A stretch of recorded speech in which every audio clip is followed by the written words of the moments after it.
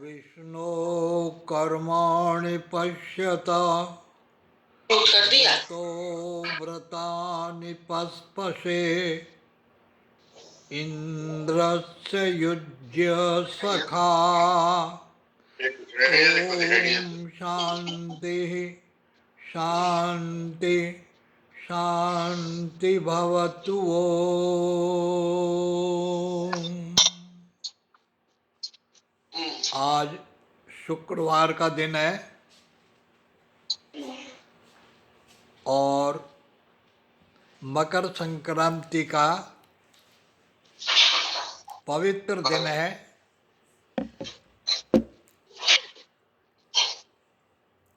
और जैसा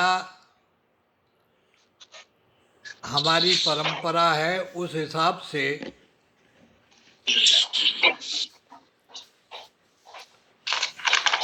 रामतीर्थ सत्संग मंडल के तत्वावधान में लता कुंज अजमेर रोड आगरा से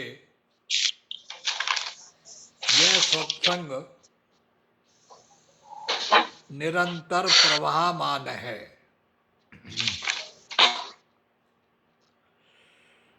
आज का दिन विशिष्ट दिन है। दक्षिणायन से निकलकर उत्तरायण में सूर्य का प्रवेश हुआ है।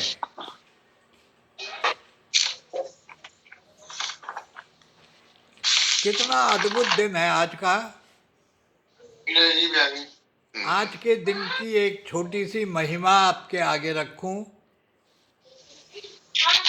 कुरुक्षेत्र के युद्ध मैदान में अर्जुन के शरों से बाणों से बनी हुई शैया पर भीष्म पितामह जब लेट गए, रोम रोम में बाण चुभे हुए थे।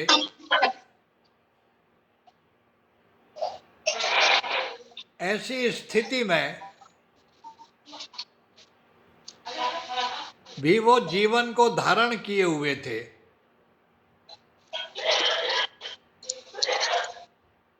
उनने अपनी तपस्या से इच्छा मृत्यु का वरदान प्राप्त किया हुआ था।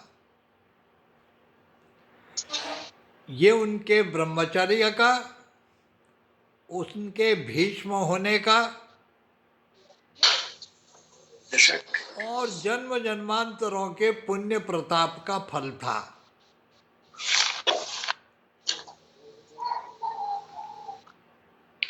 लेकिन शरीर त्यागा नहीं। शरशैया पर थे, कहा मैं शरीर अभी नहीं त्यागूंगा। जब सूर्य नारायण उत्तरायण होंगे, अर्थात जब भगवान विष्णु अपना धाम छोड़ करके मेरे यहाँ आएंगे, उत्तरायण होंगे, तब मैं शरीर को त्यागूंगा। मकर संक्रांति का महाभारत के इस प्रसंग से भी बड़ा निकट संबंध है। आज ही के दिन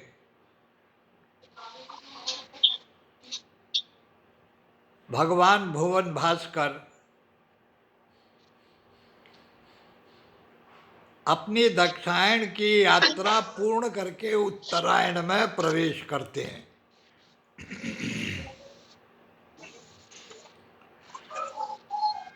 यूं कहा जाए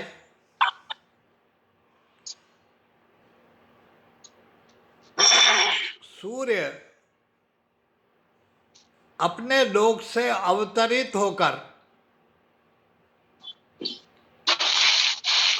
मकर राशि में प्रवेश करते हैं, जो शनि की राशि है, जो उनका ही पुत्र है। पिता पुत्र से मिलने आता है और बड़े आनंद की एक बात है कि उन भगवान सूर्य का एक नाम विष्णु भी है।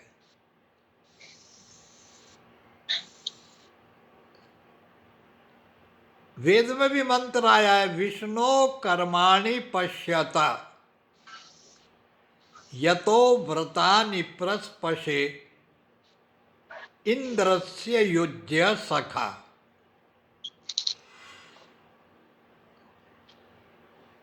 ये भगवान सूर्य नारायण भी हैं, ये सविता देव भी हैं, ये विष्णु भी हैं। विष्णु शब्द का निर्वचन करते हुए यास्क मुनि ने कहा है, वेवेष्टयति व्यापनोति स चराचरम जगत स विष्णु परमेश्वरा।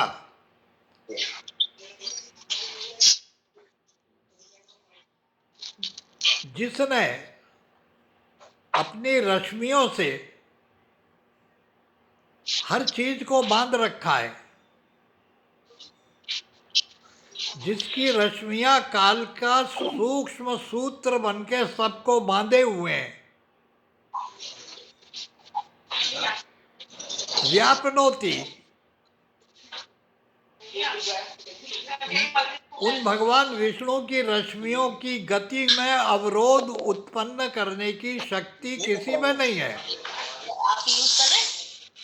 पारदर्शी हैं, सर्वत्र प्रविष्ट हो जाती हैं और एक अद्भुत काम करती हैं ये रश्मियां। जिस दाता से, जिस विष्णु से निःसृत होकर विकिरत होकर ये फैलती हैं, उनके दान को लेकर, उनके अनुग्रह को लेकर, उनकी कृपा को लेकर के ये सारे ब्रह्मांड में जहाँ जहाँ फैलती हैं उसकी वृष्टि कर देती हैं। क्या मिलता है इन रश्मियों से हमें? इन रश्मियों से हमें प्रकाश मिलता है, ऊष्मा मिलती है, इससे हमें गति मिलती है, क्रिया की शक्ति मिलती है और यही शक्ति निर्माण करने वाली शक्ति भी है। क्रिएटिविटी भी इसी में है।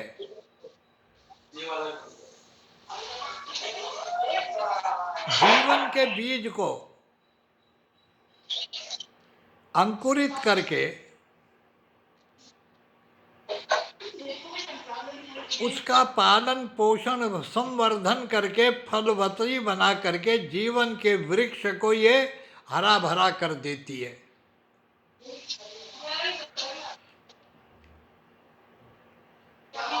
तो भगवान विष्णु, सूर्य का भी नाम है, भगवान विष्णु का नाम भी विष्णु है और सूर्य का नाम भी विष्णु है। ये पर्यायवाची हैं। तो मैं निवेदन कर रहा था, आज का जो पावन पर्व है वो भगवान के अवतरित होकर के हमारे अंदर प्रविष्ट होने का आध्यात्मिक ये प्रसंग है। जितने भी हमारे पर्व हैं कुछ ऐतिहासिक हैं, कुछ सांस्कृतिक हैं, कुछ प्राकृतिक हैं, कुछ आध्यात्मिक हैं। हमारे पर्वों का भी वर्गीकरण करके आप देख लो। जैसे श्रावणी का उत्सव आता है, श्रावण मास में, जिसका संवर्धित और परिवर्तित रूप रक्षाबंधन के रूप में हम सब लोग मनाते हैं, और उसको हमने भाई और बहन के साथ रूढ़ कर दिया है, जोड़ दिया है। ये हमारी संस्कृति की विरासत है जो जोड़ती है। ये श्रावणी का जो पर्व है, ये भी ज्ञान से संबंधित है, आत्मिक है, आध्यात्मिक है। ये श्रावणी शब्द भी श्रवण शब्द से बना है। आपने श्रवण शब्द तो सुना ही होगा, जिसका अर्थ होता है सुनना, श्रवण करना। और जो सुना हुआ है उसी को श्रुत कहते हैं। जो सुना जाता है उसे श्रुति कहते हैं। तो श्रवण पर्व का संबंध उस ज्ञान से है जो ज्ञान हमारा नहीं है, ना हमारा अनुभूत है, ना हमारा आविष्कार है। जो ज्ञान इस ब्रह्मांड में व्यापक है, व्याप्त है, सर्वत्र है, जब उसकी तरंगें हमसे टकराती हैं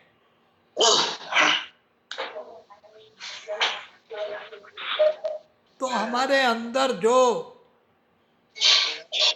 अनुभूति उत्पन्न होती है, जिसको हम वॉइस ऑफ कॉन्साइंस कहते हैं, आत्मा की आवाज कहते हैं। ये मैं नेताओं की आत्मा की आवाज की बात नहीं कर रहा हूं,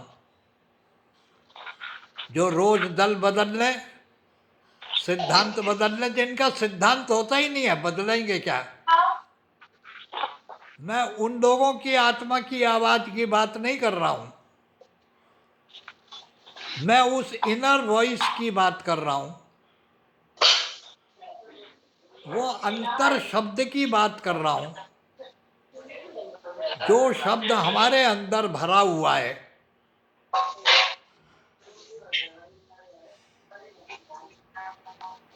जो वाणी हमारे अंदर भरी हुई है, जो ज्ञान से हम जुड़े हुए हैं, उस ज्ञान से जब संबंध जुड़ता है आत्मा का, इस अल्पज्ञ जीव का जब उस सर्वज्ञ ब्रह्म के साथ संबंध जुड़ता है, तो मुरली बजने लगती है, बांसुरी बजने लगती है। जितने भी भक्त लोग हैं, गोप गोपिकाएं हैं, सब नर्तन करने लगते हैं, सब नाचने लगते हैं, बांसुरी की धुन पर नाचने लगते हैं। वो अंदर की आवाज, जिसको हम वॉइस ऑफ कॉन्साइंस कहते हैं, उस अपनी आवाज को सुनना, ये श्रावणी पर्व का महत्व है। इसीलिए श्रावणी पर्व में वेदों का अध्ययन करना, श्रुति को पढ़ना, पढ़ाना, इसका सुनना और सुनाना, ये कार्य किया जाता है। श्रावणी पर्व का संबंध ज्ञान को, व्यापक ज्ञान को, ईश्वरी ज्ञान को अपने अंदर धारण करने की प्रक्रिया का नाम श्रावणी पर्व है। और भगवान का आवाहन करके, उनको पुकार के अपने अंतर में बुलाने का जो पर्व है, ये मकर संक्रांति का पर्व है। इसीलिए आपने देखा होगा माघ मेले का, गंगा स्नान का, गंगा सागर का महत्व है कि अपने आप को निर्मल करो, अपने आप को धो, ज्ञान की गंगा में भी नहाओ, मन की गंगा में भी नहाओ, बाहर की गंगा में भी नहाओ, अंतरंग गंगा में भी नहाओ, लेकिन अपने को पवित्र करने का प्रयत्न करो, क्योंकि ये अब पर्व प्रारंभ हो गया है। अब तुम चाहो तो परमात्मा का आवाहन करो, अब उसका समय आ गया है। तो आज का दिन केवल गजक खाने का दिन नहीं है, केवल मंगोड़े खाने का दिन नहीं है, केवल तिलकुटा खाने का दिन नहीं है। ये आध्यात्मिक पर्व है। ऐसे होली का भी हमारा आध्यात्मिक पर्व है, दीप मालिका भी हमारा आध्यात्मिक पर्व है। जब भी तो हमारे हर पर्व के साथ स्नान, दान, ध्यान, यज्ञ, हवन, इन सब का संबंध जोड़ा गया है। हमारे पर्व मैरीमेंट के नहीं है, एंजॉयमेंट के नहीं है, एंटरटेनमेंट का काम नहीं है। ये हैप्पीनेस को प्राप्त करने का तरीका है, फुलफिलमेंट को पाने का एक तरीका है। इसलिए हमारे पर्वों का जो उत्साह होता है, उसका संबंध केवल खाने पीने से न हो करके आध्यात्मिकता से है। हर जगह कहीं ना कहीं भगवान के साथ हमारा संबंध जुड़ा है, चाहे वो भगवान कृष्ण रूप हो, चाहे वो राम रूप हो, चाहे वो देवी के रूप में हो, किसी भी रूप में हो। मुझे खूब मालूम है उसका कोई रूप नहीं है, इसीलिए तो उसके अनंत रूप हैं। उसका कोई नाम नहीं है, इसीलिए सारे नाम उसी के नाम है। आप उसका कोई भी नाम लो, आप उसका कोई भी रूप रखो, ये महत्वपूर्ण नहीं है। महत्वपूर्ण ये है कि तुमने उसके साथ संबंध कैसा जोड़ा है, किस प्रकार का आप उनके साथ संबंध जोड़ रहे हैं। हमारा परमात्मा के साथ जो संबंध होगा वो समर्पित और समर्पक का संबंध होगा। हे प्रभु, आपके अतिरिक्त और कोई दूसरा है ही नहीं। कोई दूसरा होता तो हम उसे समर्पण कर देते।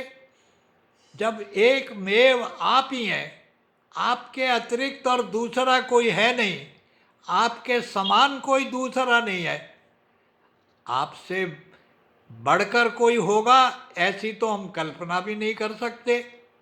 जब एक मेव अद्वितीय आप ही पार ब्रह्म परमेश्वर हैं, तो हमारे लिए तो आप हमारे मित्र भी हैं, सखा भी हैं, स्वामी भी हैं, माता भी हैं, पिता भी हैं। त्वमेव सर्वम मम देव देव।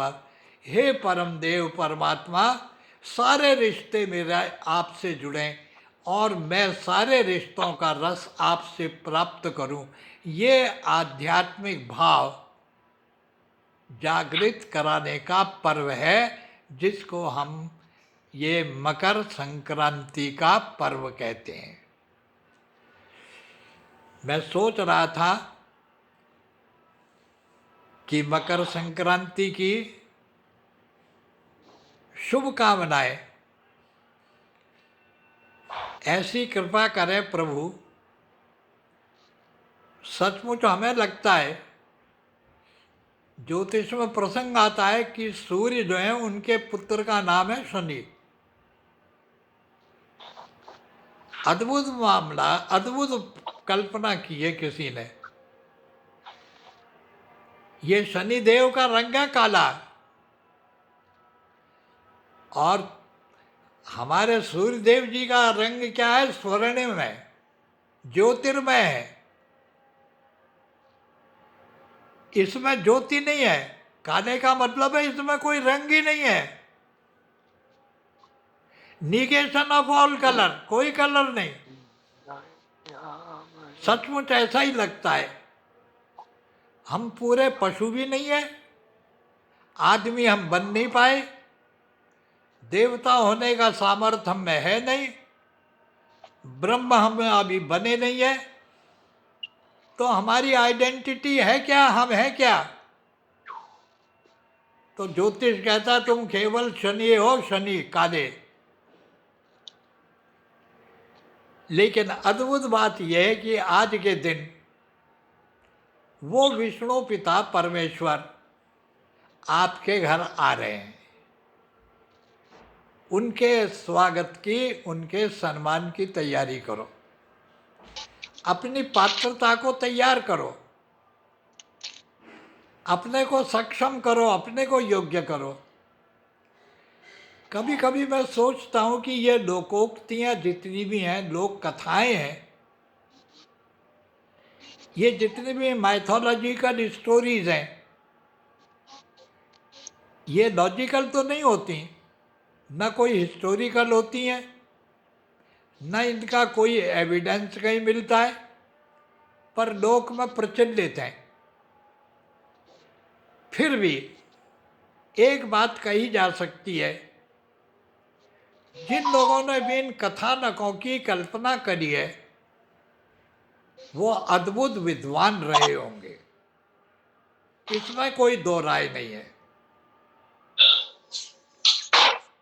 उनके अलंकार चाहे हमारी समझ में आए या ना आए, उनकी उपमाओं को हम समझ सकें या न समझ सकें ये तो हो सकता है, लेकिन उनकी जो पहुंच है, अप्रोच है, जो वो कहना चाहते हैं, जो इंटेंशन है, उसमें हम किसी प्रकार की कोई भी शंका या उसमें कोई डाउट नहीं कर सकते। कितनी उदात्त भावनाएं कि भगवान विष्णु सूर्य नारायण शनि के घर में आएंगे मकर राशि में, पिता पुत्र से मिलेगा, पिता पुत्र का संयोग होगा। जभी तो आप कहते हैं ना, त्वमेव माता च पिता त्वमेव, त्वमेव बंधुश्च सखा त्वमेव, त्वमेव विद्या च द्रविणम त्वमेव, त्वमेव सर्वम मम देव देव। हे परमात्मा, आप आओगे नहीं, आप तो मेरे अंदर आए हुए हैं।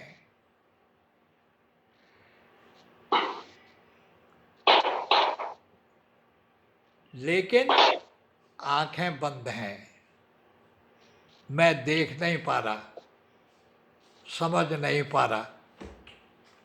कभी कभी सुनने से जो मेरे अंदर बोध उत्पन्न होता है वो मुझे जगा के और तुम्हारी ओर ले चले। इसीलिए कहा है कि सुनने की तत्परता आप में होनी चाहिए। जिस समय भगवान राम लंका में थे और उनका विभीषण का संवाद हुआ है,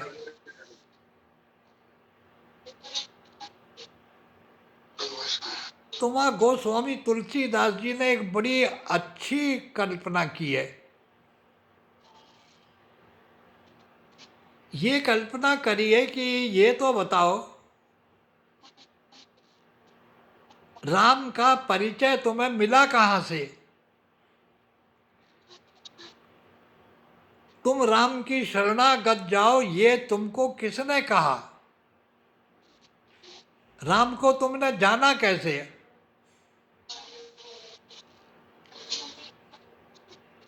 वाल्मीकि रामायण में भी बड़ा प्रसंग है ये। आध्यात्मिक रामायण में भी ये बड़ा सुंदर प्रसंग है। सुग्रीव को तो शंका हो गई थी विभीषण पर। यहां तक कहा है वाल्मीकि रामायण में, राम लक्ष्मण जी को तो बिल्कुल ही शंका हो गई थी। वो तो बिल्कुल पक्ष में नहीं थे कि विभीषण को हमारे पक्ष में लिया जाए। उन्होंने तो यहां तक कह दिया था राम जी से कि आप जिसको शरणागति प्रदान कर रहे हो, इसका हमारे दल में आने का एक ही लक्ष्य है कि ये अवसर पाके मुझे मारना चाहता है।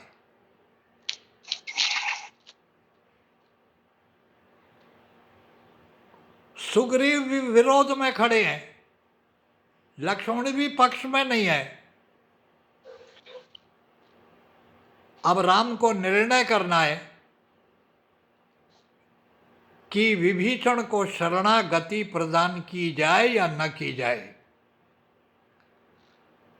जरा कल्पना करके तो देखो कैसी दुरूह स्थिति रही होगी वो। वहां पर